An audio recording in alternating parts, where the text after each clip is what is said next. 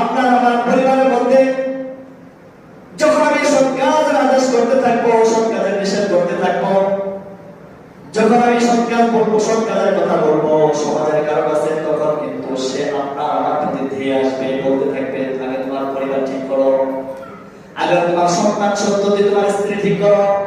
তার কথাটা 100% সঠিক। আল্লাহ পাক রব্বুল আলামিন কোরআন কারীমের মধ্যে বলেন, ইয়া আইয়ুহাল্লাযীনা আমানু, ইয়া আইয়ুহাল্লাযীনা আমানু কু আনফুসাকুম ওয়া আহলিকুম নার। ও দুনিয়ার মানুষ, সর্বপ্রথম তুমি আগে জাহান্নাম থেকে বাঁচো, তারপর তোমার পরিবার পরিজনদেরকে জাহান্নাম থেকে বাঁচাও, তারপর তোমার মহল্লা, তোমার গ্রাম, তোমার সমাজের লোককে জাহান্নাম থেকে বাঁচাও। তারপর সাধ্য থাকলে